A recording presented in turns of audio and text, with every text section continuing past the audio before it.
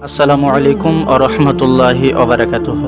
প্রিয় বন্ধুগণ, যখন হযরতে ইব্রাহিম আলাইহিসসালামকে পাপিষ্ঠ নমরুদ অগ্নিকুণ্ডে নিক্ষেপ করেছিল, তখন শয়তান কাফিরদেরকে কি কুপরামর্শ দিয়েছিল এবং সেই অগ্নিকুণ্ডের দৈর্ঘ্য এবং প্রস্থ কত ছিল, আজকের এই ভিডিওতে আপনাদেরকে জানাবো। তাই ভিডিওটা সম্পূর্ণ দেখার অনুরোধ রইল। নমরুদ যখন হজরতে ইব্রাহিম আলাইহিসসালামের সাথে মূর্তি পূজা নিয়ে তর্কে হেরে যায়, সেই অপমানে হজরতে ইব্রাহিম আলাইহিসসালামের উপর অনেক রাগান্বিত হয়ে যায়।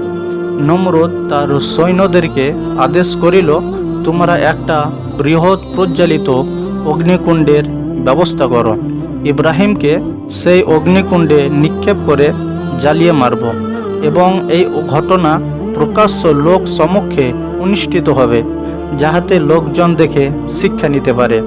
কেউ যদি এই জাতীয় অপরাধ করে, তার জন্য এরূপ চরম শাস্তি ভোগ করতে হবে। বাদশাহ নমরুদের নির্দেশ শিরোধার্য অবশ্যই পালনীয়। সুতরাং সঙ্গে সঙ্গে অগ্নিকুণ্ড নির্মাণের আয়োজন শুরু হয়ে গেল। এক বিশাল আকৃতি খোলা ময়দানে জমিনকে খনন করে বিরাট আয়তন বিশিষ্ট একটি গভীর গর্ত তৈরি করা হলো। পাহাড় থেকে অনেক কাঠ নিয়ে এসে ওই গর্তের মধ্যে সাজানো হলো এবং হাজার হাজার মণ তেল দিয়ে সে কাঠকে ভিজানো হলো। তারপর তাহাতে অগ্নি সংযোগ করা হলো। বর্ণিত আছে যে উক্ত অগ্নিকুণ্ডের দৈর্ঘ্য ছিল 24 মাইল আর প্রস্থও ছিল 24 মাইল এবং তার গভীরতা ছিল 100 গজ। অগ্নিকুণ্ড যখন দাউ দাউ করে জ্বলে উঠল, তখন তার উত্তাপে আশেপাশে কেউ যেতে পারছিল না। আগুনের শিখা এত দূর উঁচু হয়ে উঠল, মনে হচ্ছে আকাশের সাথে কথা বলছে। তার উত্তাপে আসমানের পাখিগুলো পুড়ে মারা যায় এবং জমিনে পড়তে শুরু করে। এই দৃশ্য দেখে সকলে সমস্যায় পড়ে যায় এবং চিন্তা করে কিভাবে অগ্নিকুণ্ডের নিকটে গিয়ে হজরতে ইব্রাহিম আলাইহিসসালামকে সেই ভয়ঙ্কর অগ্নিকুণ্ডে নিক্ষেপ করা যায়। তখন কেউ এই সমস্যার সমাধান বের করতে পারে না। পাপিষ্ঠ ইবলিস এই সব দৃশ্য দূর থেকে দেখতেছিল। সে দেখল যে মানুষেরা বেশ জটিল সমস্যায় পড়েছে। তারা নমরুদের নির্দেশিত পথে বেশ সুন্দরভাবে অগ্রসর হচ্ছিল, কিন্তু সহসা এক প্রতিবন্ধকতায় তাদের গতি ব্যাহত হয়েছে। তখন শয়তান ইবলিস তাদের সমস্যার সমাধান দেওয়ার জন্য এক সাধু দরবেশের রূপ ধারণ করে তাদের নিকটে উপস্থিত হলো এবং তাদেরকে একটা পরামর্শ দিল যে তোমরা একটা চড়ক গাছ তৈরি করো এবং সেটার এক প্রান্তে হজরতে ইব্রাহিম আলাইহিসসালামকে বেঁধো, আর তোমরা সকলে অপর প্রান্ত ধরে শূন্যে উত্তোলন করো আর ইব্রাহিম আলাইহিসসালামকে আগুনের মধ্যে নিক্ষেপ করো। তারা ইবলিসের পরামর্শ অনুযায়ী একটি বিরাট চড়ক গাছ তৈরি করে। তার এক প্রান্তে হজরতে ইব্রাহিম আলাইহিসসালামকে বেঁধে তারা সকলে অপর প্রান্ত ধরে যথাসাধ্য চেষ্টা করেও শূন্যে উঠাতে সক্ষম হলো না। পুনরায় সকলে চিন্তিত হয়ে পড়ল যে এখন কিভাবে কার্য সমাধান করা যায়। এমন সময় পাপিষ্ঠ ইবলিস তাদের কাছে এসে বলল, যদি সারা জগতের মানুষ একত্র হয়ে এইভাবে চেষ্টা করো, তবুও হজরতে ইব্রাহিম আলাইহিসসালামকে অগ্নিকুণ্ডে নিক্ষেপ করতে পারবে না, কেননা 70,000 ফেরেশতা চড়ক গাছের এক প্রান্ত ধরে আছে। অতএব তোমরা যদি এই জায়গাতে প্রকাশ্যভাবে 40 জন পুরুষের সাথে 40 জন রমণীর জেনা করাতে পারো, তাহলে ফেরেশতাগণ বিদায় হয়ে যাবে।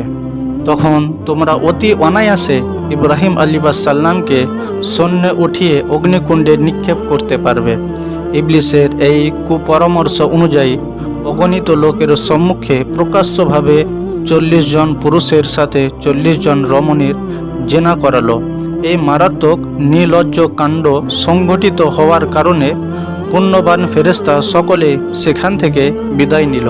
আর এই সুযোগে নমরুদের সৈন্য দলেরা চড়ক গাছ শূন্যে উত্তোলন করল আর হজরতে ইব্রাহিম আলাইহিসসালামকে অগ্নিকুণ্ডে নিক্ষেপ করিল। বর্ণিত আছে যে আল্লাহর প্রিয় বন্ধু হজরতে ইব্রাহিম আলাইহিসসালাম কাফিরদের দ্বারা উত্তোলিত চরক গাছ থেকে অগ্নিকুণ্ডে পড়তেছিলেন, ঠিক সেই মুহূর্তে আল্লাহ তাআলার নির্দেশে আসমানের দরজাসমূহ খুলে দেওয়া হলো।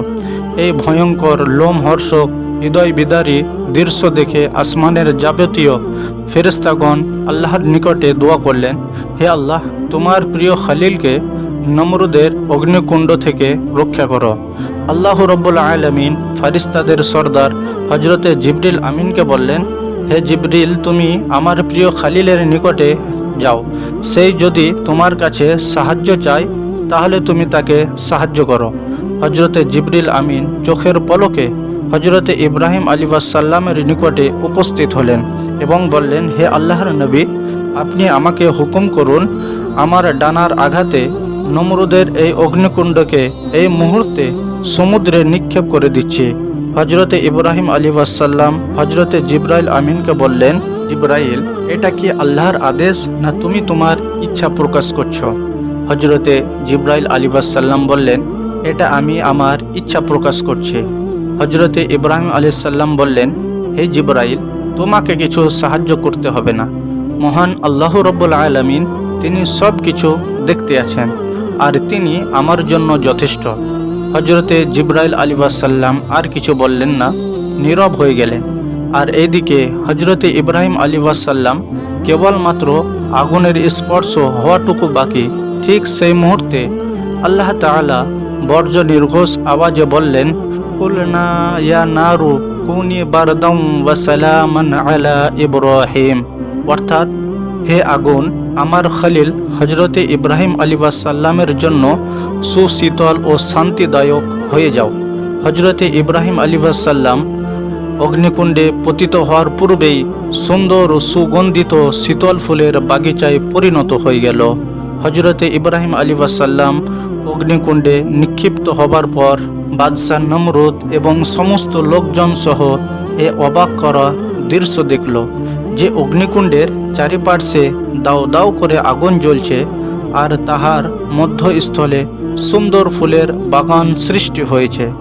আর হজরতে ইব্রাহিম আলাইহিসসালাম স্বর্ণ পলঙ্কে বসে আল্লাহ তাআলার গুণগান করছেন। বিস্ময়কর দৃশ্য দেখে নমরুদ আফসোস হয়ে বলে উঠল, হায়, আমার সব পরিশ্রম ব্যর্থতা হয়ে গেল। এই আশ্চর্য ঘটনা দেখে বহু সংখ্যক কাফির ঈমান আনিল।